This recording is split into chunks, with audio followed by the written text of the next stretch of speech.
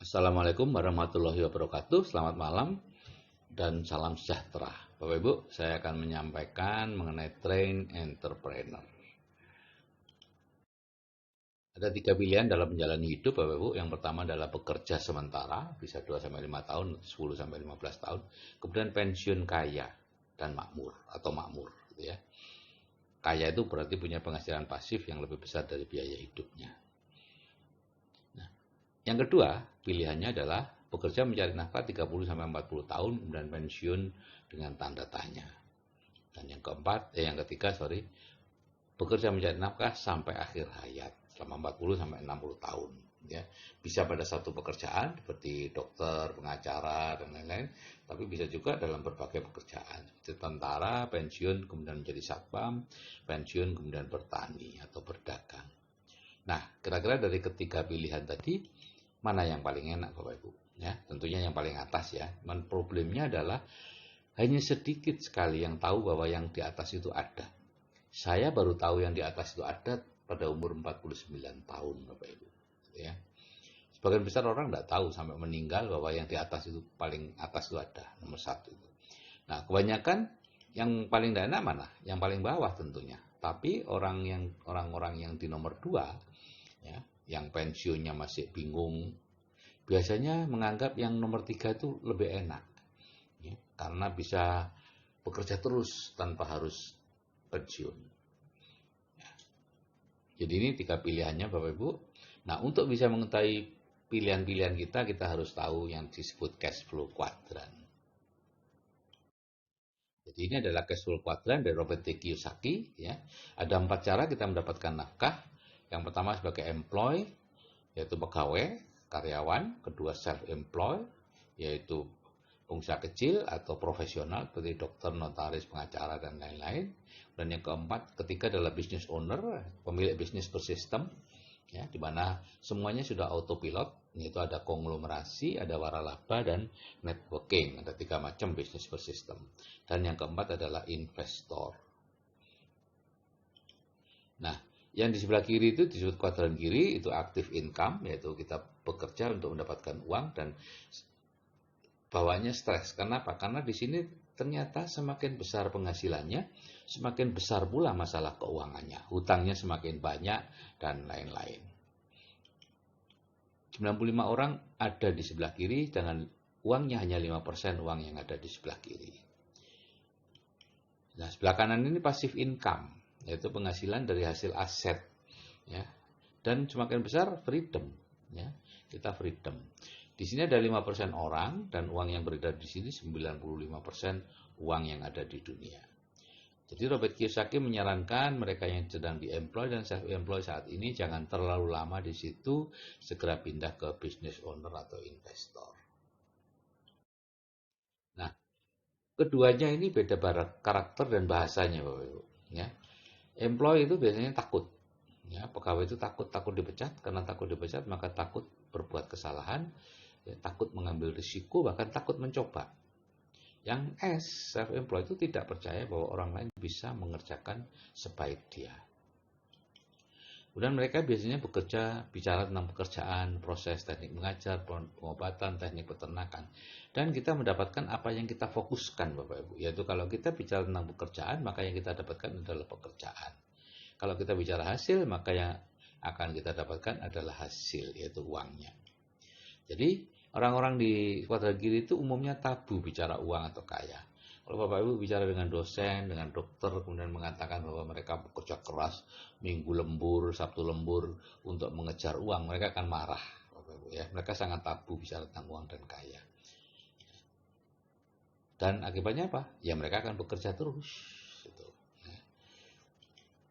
Nah, yang katakan adalah business owner dan investor. Ini biasanya orang yang percaya kepada orang lain, kemudian mereka berani mengambil risiko dan sabar menunggu hasil. Ya. Nah, mereka selalu bicara uang dan hasil, cash flow, penghasilan, omset, keuntungan, cita-cita, harapan, visi, ya. Itu semuanya adalah mengenai uang dan apa yang ada di balik uang.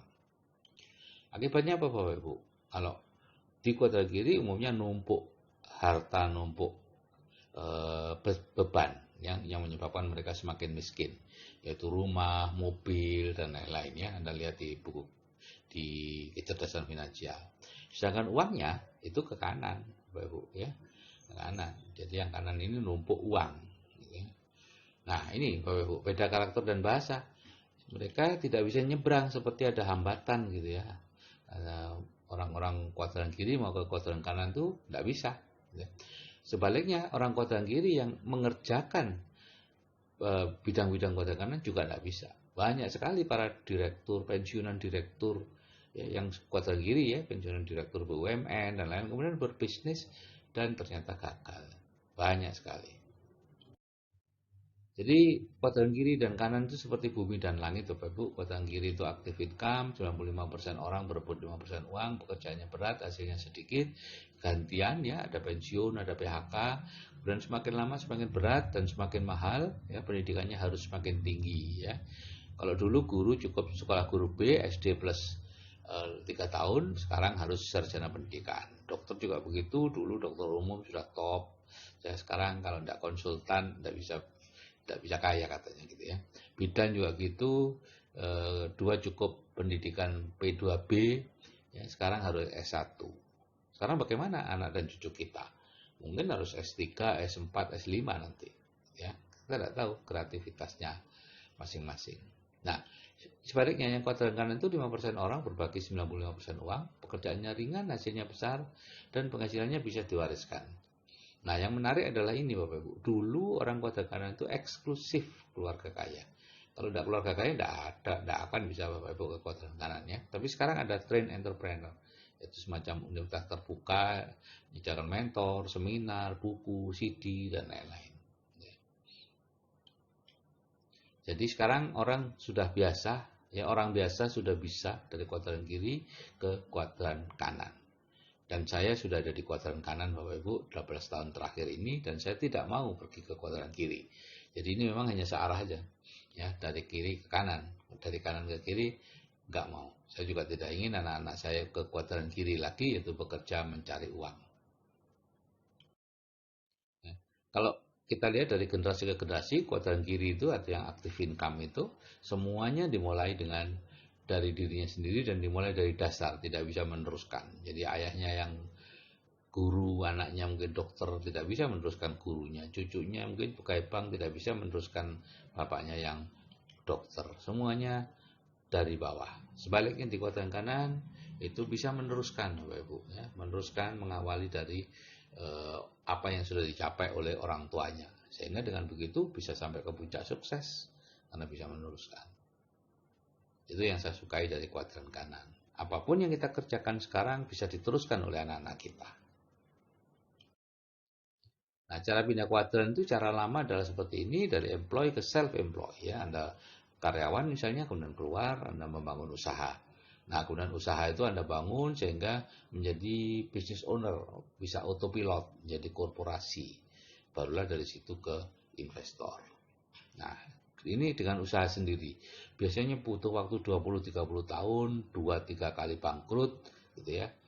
Dan kecil sekali peluangnya ya. Kurang dari 1% Bapak Ibu kalau di Amerika ya. Di Indonesia belum ada statistiknya. Nah, cara baru dengan trade entrepreneur itu Anda yang ada di employ dan self-employ ya, itu bersama-sama terus belajar menjadi business owner, memiliki bisnis bersistem. Nah, dari situ nanti ke investor. Ya. Kemarin tadi ada tiga macam bisnis bersistem, yaitu konglomerasi, waralaba, dan networking. Jadi cara pindah kuadran itu diawali dengan merubah pola pikir, ya, pola pikir, melakukan reinstall kalau bisa. Sayangnya tidak bisa di reinstall, jadi bisanya hanya diencerkan dengan pola pikir orang kuadran kanan. Ya, kalau dulu caranya adalah dengan merantau, ya, jadi ini pola pikir kuadran kiri atau pola pikir miskin, menjadi pola pikir kuadran kanan atau pola pikir kaya.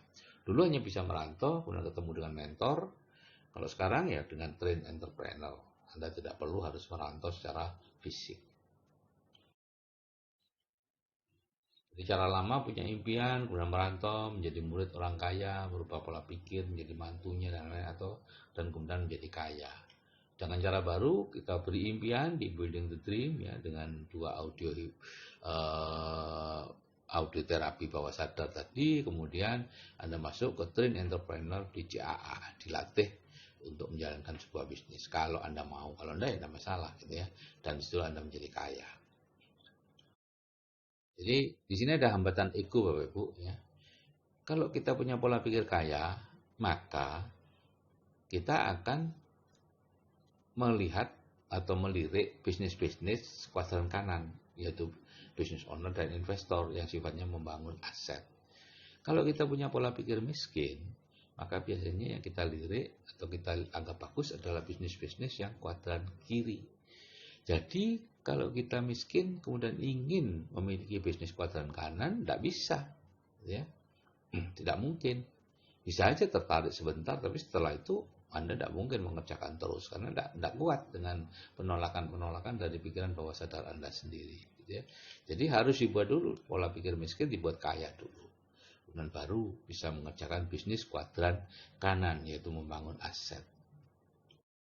Nah, jadi Train Entrepreneur itu apa? Menurut buku Business School ya ada 3 macam entrepreneur, yaitu born entrepreneur atau entrepreneur yang dilahirkan karena lahir di kuadran kanan, lahir di tengah-tengah orang kaya. Kemudian forced entrepreneur atau ya ini karena usaha sendiri ya, atau accident entrepreneur ya, karena kecelakaan tidak diterima sebagai pegawai dan lain-lain ya.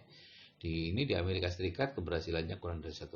Dan yang ketiga adalah train entrepreneur, yaitu entrepreneur yang memang dilatih. Ya, dilatih dengan seminar, buku, CD, kemudian membangun bisnis networking. Ya. Karena disitulah bisnis networking yang baik adalah satu-satunya. Ini menurut Robert Kiyosaki ya, bukan menurut saya ya. Saya hanya membacakan aja, adalah satu-satunya kesempatan bagi orang-orang yang tidak punya uang, tidak punya modal, tidak punya keahlian bisnis, dan tidak punya waktu yang cukup. Misalnya umurnya sudah 40-an, 30-an, dan lain-lain ya. Satu-satunya ada dengan bisnis networking kalau Anda ingin bebas finansial dan bebas waktu di kuadran kanan. Nah, kunci daripada train entrepreneur adalah leadership seminar ya. Setelah Bapak Ibu mendengarkan audio terapi bawah sadar, kemudian Bapak Ibu perlu ke leadership seminar untuk mendengarkan atau melihat sendiri bagaimana orang-orangnya. Nah, dari situ kemudian akan muncul ide-ide apakah Bapak Ibu memang akan membangun pipa 50 tahun ya dengan investasi dan lain-lain, atau mau cepat membangun pipa 5 tahun dengan menjalankan bisnis networking. Ini setiap orang beda-beda. Ya. Jadi leadership seminar itu diadakan 3 kali setahun di 5 kota, Jakarta, Medan, Surabaya, dan Pasar, dan Makassar. Di situ yang berbicara adalah orang-orang yang sudah berpenghasilan pasif 100 juta lebih. Dan di situ yang kita perlukan bahwa kita perlu role model yang mana bahwa memang ada orang-orangnya. Ya, kita mendengarkan audio terapi bawah sadar itu untuk meningkatkan plafon rezeki menjadi 100 juta sebulan, tapi kita perlu melakukan internalisasi dengan cara melihat orang-orang yang sudah berhasil di situ. Ada 12 hal yang dipelajari ya, team building, time management, goal setting, people skill, communication skill, leadership skill, dan sebagainya. Ya, ini tidak terlalu penting karena ini di buku-buku juga banyak gitu ya. Tapi yang paling penting adalah ke-12 hal ini bisa diterapkan atau bisa diajarkan, dilatih di bisnis networking yang baik. Nah, kenapa leadership seminar itu berharga? Ya, karena sebagian besar orang sekarang ini terjebak dalam rutinitas ya, yang sudah bertahun-tahun akut, sudah kronis ya, tidak bisa keluar lagi ya, dibuat P7 pergi pagi pulang petang, penghasilan pas-pasan ya, tidak bisa keluar, tidak berani ambil risiko. Tapi di satu sisi ada kota impian yang sangat didambakan semua orang. Tapi bagaimana keluar dari hutan dan menuju ke sana? Kita tidak tahu jalannya. Leadership seminar itu ibarat helikopter yang mengangkat kita naik supaya bisa melihat medan. Nah, kemudian di sana kita lihat ya orang-orang yang sudah berhasil, jalan-jalan tikusnya ya, bagaimana kehidupan orang-orang tadi dan seterusnya. Dan itu membuat kita merasa bahwa oh saya bisa. Nah, itu Bapak Ibu yang paling dibutuhkan. yaitu perasaan bahwa Bapak Ibu bisa. Kalau itu sudah muncul, kepercayaan itu sudah muncul, maka Bapak Ibu juga akan bisa. Ya, jadi kemudian diturunkan lagi, yes, aku bisa. Gitu ya. Anda punya harapan, punya kepercayaan, keyakinan, dan hasrat untuk menuju kota impian Anda. Nah, bagaimana caranya? Anda sudah tahu dari leadership seminar. Gitu ya. Pastikan hadir di LS. Investasinya 600.000 untuk seminar 2 hari. Ya, seminarnya biasanya hari Sabtu dan hari Minggu. Sabtu itu mulai siang hari. Kemudian ada istirahat jam 6 untuk isoma, dilanjutkan jam 7 ya, setengah 6 ada istirahat, dilanjutkan jam 7, berlanjut sampai setengah 10 malam di malam minggu. Kemudian hari Minggu mulai jam 1 sampai jam setengah 4 ya. Jadi 600.000 ini sangat murah Bapak Ibu untuk bisa keluar dari hutan rutinitas dan segera menuju kota impian Anda. Bapak Ibu, kalau Anda merasa eman dengan 600.000 untuk ada di sebuah leadership seminar yang bisa membuat Anda berubah, kira-kira sampai kapan Anda eman-eman atau merasa 600.000 itu uang besar? Sampai kapan Anda mau tidak punya uang? Ini adalah kesempatan untuk berubah. Kalau Anda mungkin tidak punya waktu, sampai kapan Anda tidak punya waktu? Ini ada kesempatan untuk berubah. Oke Bapak Ibu, kalau orang belajar bisnis atau belajar investasi itu seperti belajar terbang. Yaitu turun dulu baru naik. Ya. Jadi tidak ada ceritanya Anda bekerja langsung dapat uang. Nah itu namanya bukan investasi, bukan bisnis, tapi itu pekerjaan. Oke Bapak Ibu, ya. Kalau Anda ingin kaya sejati, ya, ini cepat aja ya. Tidak ingin kaya sejati berarti ya melakukan ini karyawan, pebisnis kecil dan lain-lain. Kalau Anda ingin kaya sejati, maka tinggal punya uang apa enggak. Kalau dia punya uang, oke. Anda jadi investor atau waralaba tidak punya uang, ya sudah Anda tanya usianya kurang dari 30 tahun atau enggak. Kalau kurang dari 30 tahun, maka Anda silakan membangun bisnis konglomerasi dan networking ya, membangun bisnis biasa, kemudian membuatnya autopilot atau membangun bisnis networking. Tapi kalau Anda usianya lebih dari 3 tahun, 30 tahun, maka tidak ada tempat selain bisnis networking. Dan saya dulu menolaknya ya.